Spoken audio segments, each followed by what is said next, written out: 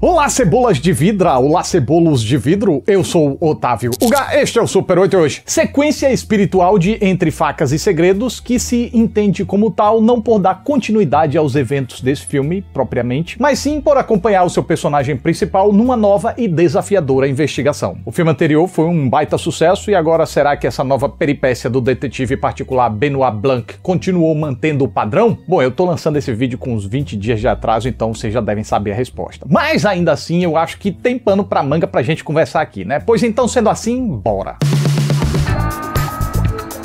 Cebola de vidro só faz chorar se for mordida? Pro Cebolinha, esse filme é engraçado? O sabor desse filme é de vidro a cebolas? Tudo isso e muito mais agora. Durante a Pandemics, o invencível detetive Benoit Blanc tá entediado em casa sem um grande caso para trabalhar. É então que ele é convidado por um magnata para participar de um joguinho íntimo em sua ilha particular para desvendar quem supostamente teria matado o próprio magnata. De mentira? De verdade? É só joguinho? Eu não vou dizer, porque essa dúvida também faz parte da trama. Então, assistam. Dentre os grandes méritos que eu destaquei no vídeo de Entre Facas e Segredos, eu mencionei que ele se tratava de uma espécie de herdeiro da gatinha tão caprichado que até parecia uma nova obra dela, ao conseguir intrigar, divertir, agregar e convidar o público a participar da investigação base de um jeito irretocável. Talvez não fosse tão agatense assim por causa de uma mentalidade de um cinismo mais atuais, mas ainda assim eu creio que seria de fazer a Agatha Christie sentir muito orgulho. Agora, com Glass Onion, um mistério Knives Out, que títulozinho mais buia esse. O diretor-roteirista Rian Johnson tinha um desafio de apresentar algo novo que valesse a pena ser contado e voltar a atingir um semelhante nível de qualidade. E olha, numa média, parece que esse objetivo foi alcançado com louvor. Muitos acharam no mesmo nível do primeiro, muitos acharam até melhor, muitos não foram pra tanto, mas também não acharam tão abaixo. E só uma pequenina minoria que não se satisfez com o que viu aqui. O que eu honestamente não consigo entender muito bem, já que eu achei esse um baita de um filme massa, divertido, instigante e com um conteúdo crítico na medida tal qual o primeiro. Mas enquanto eu estiver expondo aqui as minhas razões para eu achar isso tudo, vou também ponderar se e o que esse filme teria de contestável ou não tão bom assim que pudesse ser passível de desgosto. Pois bem, Glass Onion carrega várias características que deram muito certo no original e eu destaquei na minha crítica. Para começo de conversa, a história é bem emaranhada e meticulosamente incrementada com flashbacks e múltiplos pontos de vista que alteram a compreensão do todo com frequência, mas felizmente o cineasta fez tudo isso sem chegar perto de deixar a narrativa confusa. Pelo contrário, os elementos de cena, a apresentação dos personagens, as dinâmicas entre eles, bem como suas eventuais motivações para atentarem ou não contra a vida de outros, tudo isso é colocado no tabuleiro de uma forma muito clara para criar um cenário de instabilidade divertido e intrigante para que, quando as coisas começarem a acontecer, a nossa cabecinha esteja interessada a ponto de não parar de matutar para tentar ligar as pontas da trama. Além disso, quando o grande mistério é finalmente ativado, o roteiro segue apresentando os dados com bastante clareza para que tudo se desenrole de uma forma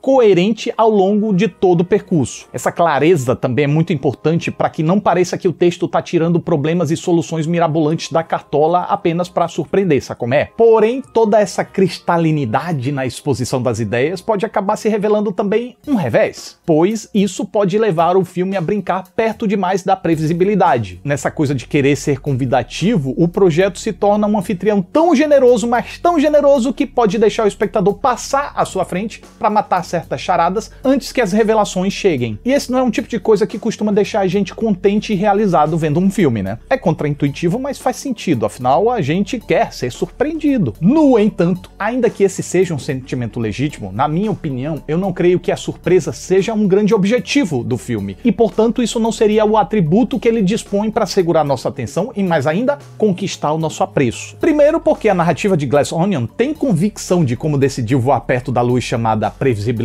Afinal, isso acaba sendo uma consequência natural quando o filme procura se ater à coerência e lógica interna sem trapacear ou tentar enganar o espectador de última hora. Principalmente quando se apresenta o cenário, o panorama, pistas, motivações e dinâmicas com tanta transparência. E essa é uma palavra-chave, por quê? Porque no fim das contas, O Glass Onion é um fingimento de uma cebola que tem camadas, mas que no final das contas tantas camadas não fazem tanta diferença, já que a cebola é de vidro. Então, a gente pode observar tudo. E aquela aparente complexidade, na verdade, não é tão complexa assim. É muito fácil de ser lida. Então, neste filme em específico, se você matou certas charadas com antecedência, não é por falha dele, mas por triunfo. É por ele ter ligado tudo de um jeito que faça sentido e por ele ter querido que você participasse mais afetuosamente da trama. E você também merece parabéns por estar atento aos detalhes, estar atento aos elementos expostos e ter uma boa dedução investigativa. Desse jeito eu não creio que seja motivo para desmerecer a obra, pois ela é diferenciada por não se bastar em segredos e revelações,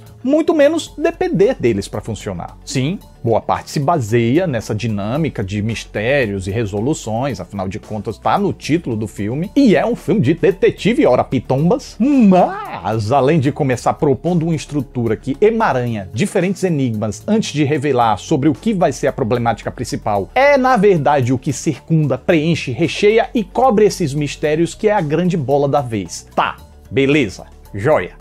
Mas o que seria isso? O desenho social retratado ora pitombas. Glass Onion propõe uma grande sátira sobre a figura do bilionário, desconstruindo a ideia de que quem tem muito seria incontestavelmente um gênio e das pessoas à sua volta que tentam se beneficiar como podem dessa relação, se sujeitando ao que for necessário, como rêmoras que nadam em volta de tubarões para colher as sobras. Inclusive, isso faz uma rima bacana com o filme original que retratava herdeiros de um magnata como parasitas desesperados por ganhos fáceis. Só que no caso dessa sequência ela dá uma nova guinada ao tipo de relação de interesse, na verdade, indo mais pro lado do rabo preso do que pro da usurpação. Além de, claro, não deixar passar em branco outras falhas morais mais próprias de cada personagem, como as futilidades da elite, a falta de propósito de quem é famoso por ser famoso e se mantém em alta apenas por causa de polêmicas, as hipocrisias e outras incoerências de discursos esvaziados, o ativismo de sofá mais movido por autopromoções do que por preocupações reais com os problemas sociais e etc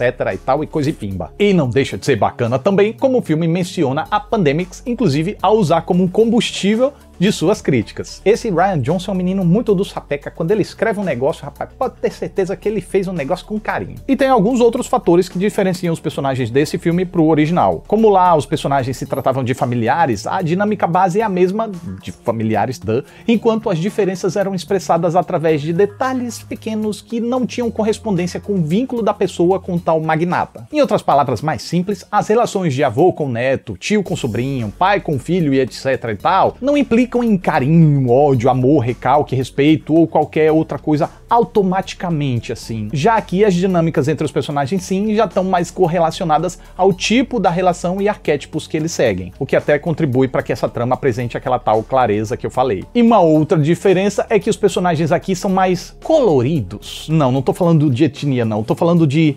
blabelagem. Me faltou a palavra aqui. Tá, pronto. Eu me refiro mais à burlesquice, que chega ali na beiradola do caricato. Mas eu mesmo não chamaria de tal. Por caricatura a gente entende um retrato que exagera tanto em características marcantes que cria uma aberração divertida, certo? E aqui, ainda que os retratos queiram ridicularizar assim, é plenamente possível a gente reconhecer essas figuras retratadas na vida real. A começar pelo ricaço, vivido por Edward Norton, com uma falsa despretensão divertida que é uma evidente sátira ao controverso Elon Musk, desde as megalomanias ao ego inchado convicto de uma suposta genialidade. Sentimentos que ainda são alimentados por seus lacaios que se colocam numa posição de aceitar tudo que vem dele para não perder as vantagens. E no caso do Elon, a gente sabe muito bem que tem uns baba-ovos digitais aí que aplaudem tudo que ele faz e sem ganhar birosca nenhuma em troca. E aí, diante disso, como chamar de caricatural a representação que eles recebem nesse filme, quando a vida real é muito mais exagerada. Mas, seguindo em frente, uma outra diferença que eu queria destacar desse filme pro anterior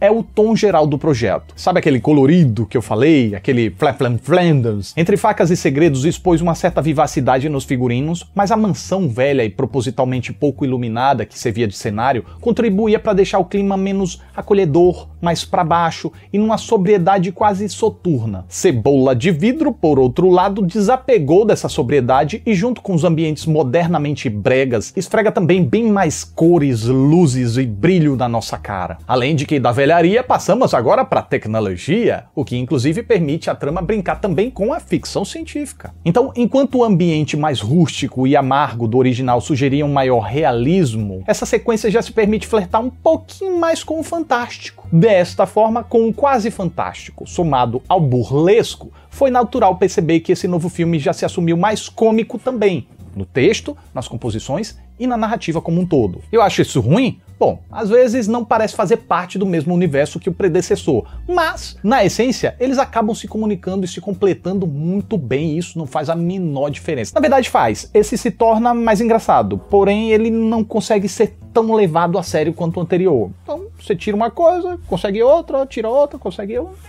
É assim, gente, é questão de escolhas, não dá pra se ter tudo. De qualquer forma, também podem funcionar como obras independentes, existindo como franquia apenas por acompanhar o personagem principal. E de um jeito ou de outro, eu não vejo prejuízo nessas divergências. Inclusive, foi muito bom ver o Daniel Craig se expandindo e se divertindo ainda mais ao deixar o seu Benoit Blanc mais fanfarrão aqui. Se no filme anterior, ainda que ele tivesse se esforçado para desconstruir a imagem de James Bond, ainda dava para enxergar um pouquinho da imponência desse personagem. Mas aqui, acabou isso aí. Aceitando ser um lobo em pele de cordeiro para dar o bote ao ser subestimado, Daniel Craig encarna o Benoit Blanc como um bananão sem ressalvas, sem medo. E com isso carrega num sotaque amigavelmente cômico, atitudes atrapalhadas, um olhar inofensivo e até quando exibe seu talento dedutivo impressionível, faz isso de forma despretensiosa, como se suas descobertas tivessem sido por acaso. Ele se impõe, mas sem se impor. Sabe como é? Quanto às demais composições, são feitas por um time de primeira para compor um coletivo que serve sem ressalvas à reflexão principal dos lacaios em torno do Bambambam, também as reflexões secundárias, cada um com a sua respectiva, e as atitudes deles ajudam a embolar a trama divertidamente, alguns até sem uma real relevância, servem realmente só para embolar, o que não é um problema também se for feito com consciência. E como eles servem para fomentar pistas falsas, algo muito útil nesse tipo de filme, até as participações mais aleatórias me pareceram, sim, muito bem-vindas. Glass Onion, um mistério Knives Out, pra mim, de ruim mesmo, só tem um nome. Antes tivessem chamado pela tradução literal, cebola de vidro, pronto. No mais, é uma continuação diferente do filme antecessor, mas também sem ser. A meu ver, difere no que importa e preserva o que importa. Eu confesso que muito me agradou a expansão para esse cenário mais amplo e convidativo, tanto que eu realmente entrei com tudo no filme. Além de que eu acho que esse novo cenário permitiu ao filme abrir mais as asas e, somado aos detalhes da trama da vez, ter algo realmente consistente para se diferenciar. E essa é a minha reação enquanto assisti ao filme. Então é isso, mais um Super 8 tá chegando ao final. Eu fico muito grato pela atenção de vocês, muito obrigado, até a próxima e tchau. O quê? Tô no vídeo errado? Não tô não, gente, tá certinho.